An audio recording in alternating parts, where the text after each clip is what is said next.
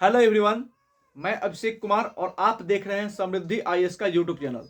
दोस्तों, इस वीडियो के माध्यम से हम बात करने वाले हैं बीपीएससी टीआरई 3 के 1 to 5, 6 to 8, 9, 10 और 11, 12 के जो सफल अभ्यर्थी हैं, जो अपने वाटर मार्क डॉक्यूमेंट का इंतजार कर रहे थे, उसको लेकर के एक बड़ा अपडेट निकल करके सामने आ रहा है, जिसके बारे में हम बात करने वाले हैं। साथ ही दोस्तों, हम बात करेंगे कि बीपीएससी टीआरई 3 का जो वाटर मार्क डॉक्यूमेंट जो जारी किया गया है, उसको कैसे आप डाउनलोड कर सकते हैं, तथा डाउनलोड करने के बाद जो एक स्टेटमेंट दिख रहा है कि प्राप्त हुआ लेकिन प्रमाणिकता और पर्याप्तता जो है वो सत्यापित नहीं हुआ, इसको लेकर के जो है वो कुछ संशय की स्थिति बनी हुई है छात्रों के अंदर। तो इसका क्या मतलब है, इसके बारे में भी हम दोस्तों बात करेंगे, तथा डिस्ट्रिक्ट अलॉटमेंट और आपकी काउंसलिंग को लेकर के जो अपडेट आया है, इसके बारे में हम बात करेंगे। तो आप सभी अभ्यर्थी इस वीडियो को फुल वॉच कीजिए, ताकि आपकी जो वाटर मार्क डॉक्यूमेंट है, इस पे जो स्टेटमेंट आ रहा है उसकी क्या सत्यता है, उसका क्या मतलब है, ये जान पाएंगे। तथा आपका डिस्ट्रिक्ट अलॉटमेंट और जो आपकी काउंसलिंग और डीबी होने वाली है, उसका डेट जो है कब आएगा, इसके बारे में भी जो है जानकारी प्राप्त हो जाएगी। यानी अगर फुल वीडियो आप वॉच कीजिएगा तो फिर आपको कहीं और जाने की जरूरत नहीं होगी और कोई संशय की स्थिति जो है नहीं रहेगी। तो आपको दोस्तों मैं बता दूं कि बीपीएससी टीआरई 3 का 1 to 5, 6 to 8, 9, 10 और 11, 12 का फाइनली वाटर मार्क डॉक्यूमेंट जो है वो उनके ऑफिशियल वेबसाइट पर जारी कर दिया गया है। इसको डाउनलोड करने के लिए आपको बीपीएससी के ऑफिशियल वेबसाइट पर जाना होगा। वहां पे आपको जो है वो अप्लाई ऑनलाइन का ऑप्शन आएगा, वहां पे क्लिक करना होगा। फिर आपके सामने आपके डैशबोर्ड पर जो है वो बीपीएससी ऑनलाइन एप्लीकेशन का ऑप्शन आएगा, वहां पे क्लिक कीजिएगा तो आपको सामने जो है वो ऑनलाइन रजिस्ट्रेशन का जो है ऑप्शन आएगा। वहां पे आपको लॉगिन करने का जो है वो पोर्टल आ जाएगा। वहां पे आप अपना यूजर आईडी और पासवर्ड डालेंगे।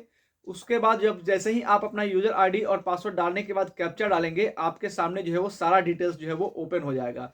फिर डॉक्यूमेंट अपलोड का जो है वो आपके पास ऑप्शन आएगा, डॉक्यूमेंट अपलोड का ऑप्शन आएगा, वहां पे आप क्लिक कीजिएगा। वहां से आप डॉक्यूमेंट जो है वो अपलोड कर सकते हैं, और जो भी डॉक्यूमेंट आपने जो फॉर्म भरते समय दिया था, वो जो है डॉक्यूमेंट्स आपके सामने जो है वो ओपन होकर आ जाएगा। 1 to 5, 6 to 8, 9, 10, 11, 12 का सबका अलग अलग डॉक्यूमेंट जो आपने अपलोड किया था, वो सामने जो है वो ओपन हो जाएगा। वहां से आप उसको जो है वो उसका प्रिंट निकाल सकते हैं, उसको जो है वो डाउनलोड कर सकते हैं। उसके सामने जो है वो डाउनलोड का ऑप्शन आएगा, वहां से आप क्लिक करके उसको डाउनलोड भी कर सकते हैं। वहां पे आप देखेंगे एक लिखा हुआ है कि प्राप्त हुआ लेकिन प्रमाणिकता और पर्याप्तता सत्यापित नहीं हुई।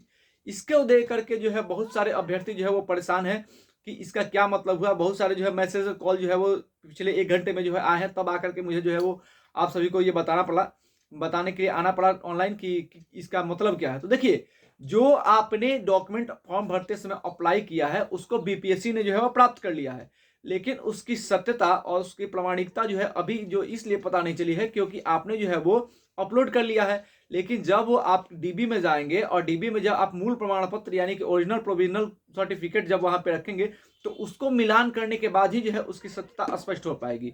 तो इसीलिए कहा गया है कि आप जो भी डॉक्यूमेंट ऑनलाइन अपलोड करेंगे, उसको तो बीपीएससी रिसीव कर ही लेगा।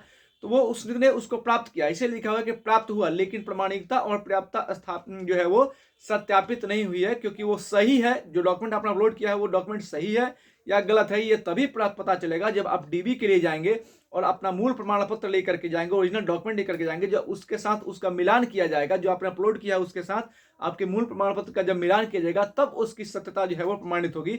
इसीलिए वहां पे लिखा हुआ है कि प्राप्त हुआ लेकिन प्रमाणिकता और पर्याप्तता जो है वो स्थापित नहीं किया गया है।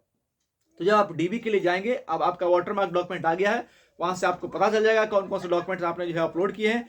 वो सारे डॉक्यूमेंट्स जो है आपको तैयार कर लेना है, अपना ओरिजिनल ले लेना है। अगर किसी किसी ऐसे स्टूडेंट्स हैं जो मैसेज और कॉल कर रहे हैं कि सर हमने डीएलएड का जो है वो सर्टिफिकेट नहीं लिया ओरिजिनल, कोई जो है वो सीटेट का नहीं है, तो मैं आपसे कहना चाहता हूं आप अपने कॉलेज में जाएं, वहां से डीएलएड सीटेट जो भी डॉक्यूमेंट आपके पास नहीं है वो लेकर के आओ, उसका मूल प्रमाण पत्र और सारे डॉक्यूमेंट जो आपका वाटरमार्क डॉक्यूमेंट है उसके सारे डॉक्यूमेंट्स का जो है मूल प्रमाण पत्र प्रोविजनल जो है आप ले लें, और सबको फाइलिंग करके अच्छी तरह से डीबी में जाएं। जब डीबी में आपने जो अपलोड किया है वो डॉक्यूमेंट और आपका जो मूल प्रमाण पत्र उससे मिलान हो जाएगी, तो आपकी प्रमाणिकता और पर्याप्तता जो है वो सिद्ध हो जाएगी, और फिर आपका डीबी जो है वो कंप्लीट होगा।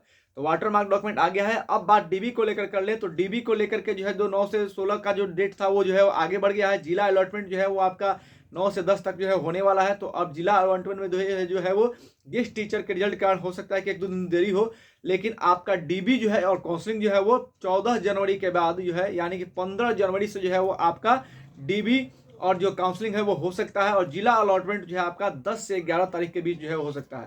तो ये बड़ा अपडेट है। 15 जनवरी के बाद आपका जो है वो काउंसलिंग स्टार्ट हो जाएगा। आपका वाटरमार्क डॉक्यूमेंट जो है आ गया है। अब जल्द से जल्द आप सभी जो है अपने वाटरमार्क डॉक्यूमेंट को देखने के बाद अपने डॉक्यूमेंट्स का फाइलिंग कर लें, डीबी के लिए तैयार हैं, क्योंकि जल्द ही अब आपके डीबी को लेकर के अपडेट आने वाला है। जैसे ही अपडेट आएगा आपके साथ हम जरूर शेयर करेंगे। सभी छात्रों को एक बार फिर से बहुत बहुत धन्यवाद।